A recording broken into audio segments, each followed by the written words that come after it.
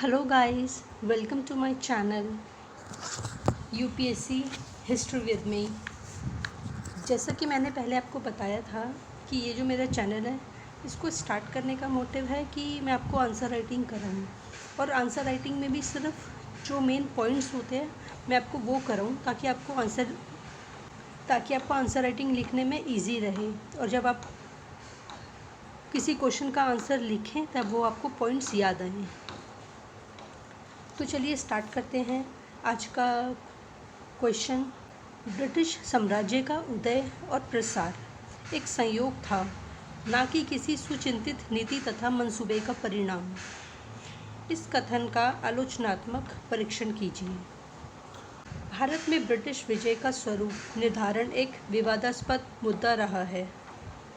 इस संदर्भ में हमें दो अतिवादी विचार देखने को मिलते हैं। एक के अनुसार ब्रिटिश ने बेखबरी के दौर में ही भारत को जीत लिया, अर्थात ब्रिटिश द्वारा भारत विजय एक आकस्मिक घटना थी।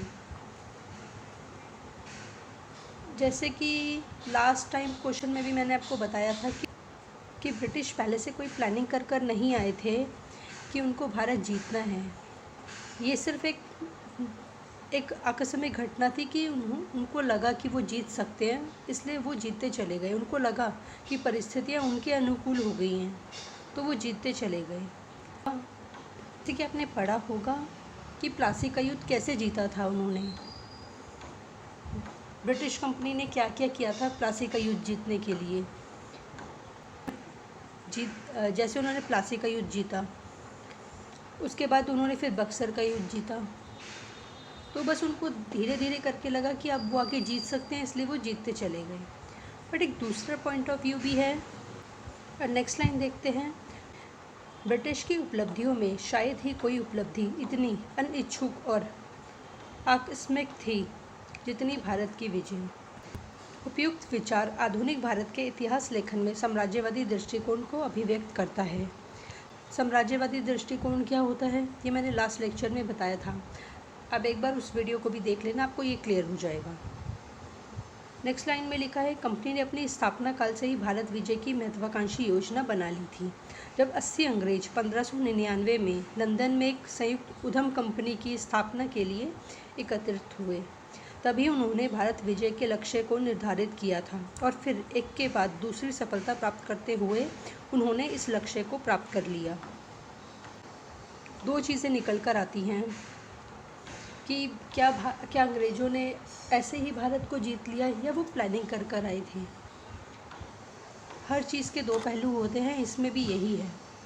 इसमें भी यही बताया गया है कि कंपनी की जब स्थापना हुई थी तब उन्होंने प्लानिंग कर लिया था कि वो आएंगे और भारत विजय करेंगे। अंग्रेज़ 1599 में जब लंदन में एक कंपनी बनाने की प्लानिंग कर रहे थे, तभी उन्होंने भारत विजय के लक्ष्य को निर्धारित कर लिया था,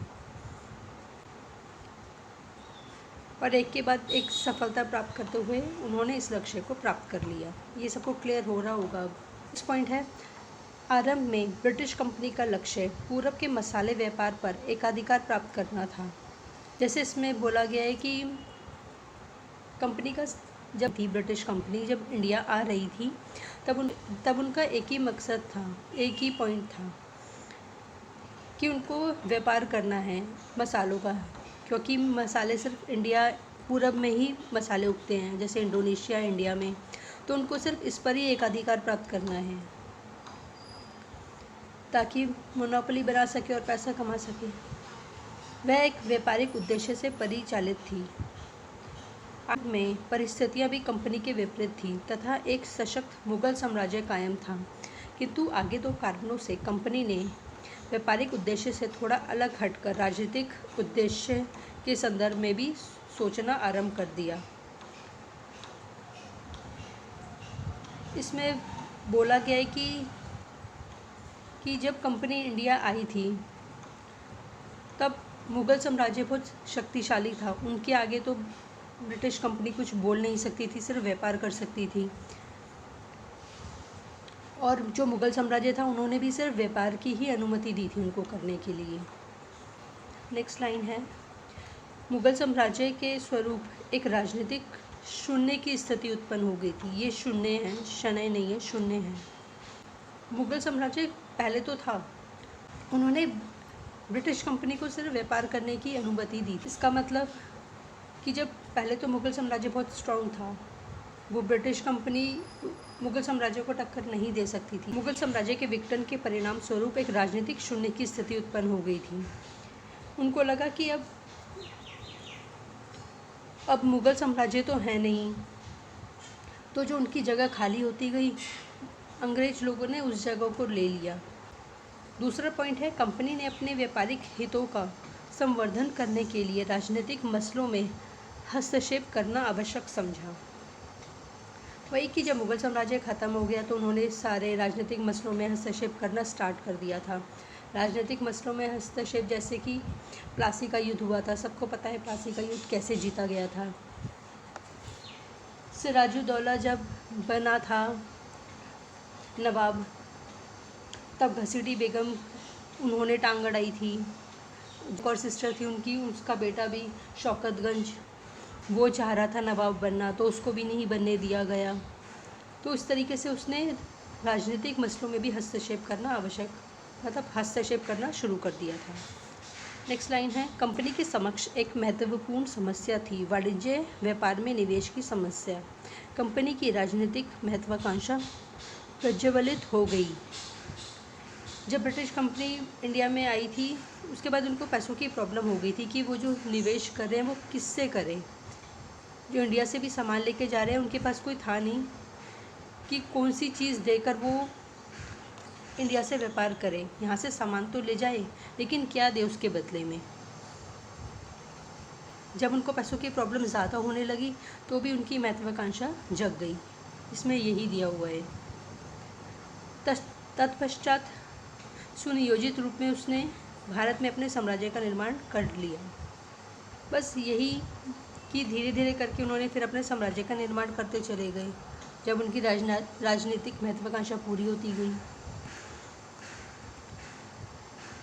नेक्स्ट पॉइंट, आरंभ में कंपनी भारतीय राज्यों के साथ के लिए समानता के लिए संघर्ष करती रही। 1765 में इलाहाबाद की संधि के द्वारा इसका यह लक्ष्य पूरा हो गया। इलाहाबाद की संधि कब हुई थी? जब बक्सर का युद्ध हुआ था, तब इलाहाबाद की संधि हुई थी। क्योंकि बक्सर के युद्ध के बाद उनको बहुत सारा एरिया अवध का मिल गया था, जहाँ से उनको बहुत सारा राजस्व मिल रहा था। और 1765 में कंपनी ने भारतीय राज्यों के प्रति एक नई नीति की शुरुआत की। इसे हम घेरे की नीति के नाम से जानते हैं। घेरे की नीति मतलब इसमें यह था कि घेरे की नीति में कि ब्रिटिश कंपनी ने एक बफर जोन बनाया था, जिसमें कंपनी की जो सेना थी वो सीमाओं की रक्षा कर रही थी अलग अलग क्षेत्रों में। और सहायक संधि प्रणाली भी इसी नीति का हिस्सा थी तथा इसका उद्देश्य अप्रत्यक्ष रूप में ब्रिटिश शासन का विस्तार था। सहायक संधि प्रणाली जो थी उसको सबसे पहले डुप्ले लेकर आया था, उसने यूज़ किया था इसको, और डुप्ले फ्रांस से था। पर आगे जाके ब्रिटिश ने भी देखा कि इस तरीके से हम भारत को कंट्रोल कर सकते हैं, तो उन्होंने सहायक संधि प्रणाली लेकर आए। वेलेस्ली ने इसको बहुत अच्छे से इम्प्लीमेंट किया था। उस काल में कंपनी की संचार व्यवस्था उतनी अच्छी नहीं थी। यही वजह है कि कंपनी ने भारतीय राज्यों पर अपना अप्रत्यक्ष नियंत्रण ही बनाए रखा। यह सबको क्लियर हो रहा होगा। इसमें भी यही बोल रहे हैं कि ब्रिटिश का जो ब्रिटेन था वो काफ़ी दूर था, और कैसे वो इंडिया पे कंट्रोल कर सके, कैसे नज़र रख सके कि जो लोग काम कर रहे हैं वो सही कर रहे हैं या गलत कर रहे हैं। तो उन्होंने अपना जो नियंत्रण था उसको अप्रत्यक्ष ही बनाए रखा था। नेक्स्ट देखते हैं। किंतु 1813 के पश्चात ब्रिटेन में औद्योगिक पूंजीवाद के विकास के साथ भारत के संदर्भ में कंपनी की नीति में नाटकीय परिवर्तन आया। इसमें ब्रिटेन में औद्योगिक क्रांति स्टार्ट हुई थी, जिससे वहाँ पे मशीनें आ गई थी, जिससे सामान बहुत सस्ता बन रहा था। अब उन्होंने क्या किया कि जो वहाँ का सामान था वो इंडिया में बेचना स्टार्ट करना था, जिसकी वजह से एक चेंज आया, उनकी नीति में एक चेंज आया और 1813 के पश्चात ब्रिटिश साम्राज्यवादी विस्तार को बल मिला। इसकी पहचान अधीनस्थ पृथक्करण की नीति के रूप में की जाती है, जिसका उद्देश्य था अधिक से अधिक भारतीय राज्यों को प्रत्यक्ष नियंत्रण में लेना, ताकि वहां ब्रिटिश वस्तुओं की बिक्री को प्रोत्साहन दिया जा सके। ये जैसे मैंने आपको समझाया, ये वही है। और अधीनस्थ पृथक्करण का क्या मतलब है? इसमें जैसे मैंने पहले कहा था कि उन्होंने उनके जो इंटरनल मैटर थे, जो उनके अंदर के जो समस्या थी, पहले उसमें हस्तक्षेप की नीति थी, बाद में उन्होंने हस्तक्षेप करना स्टार्ट कर दिया था। यही काल है जब लॉर्ड हेस्टिंग्स से लेकर डलहौजी तक एक के बाद एक साम्राज्यवादी प्रशासक भारत आए।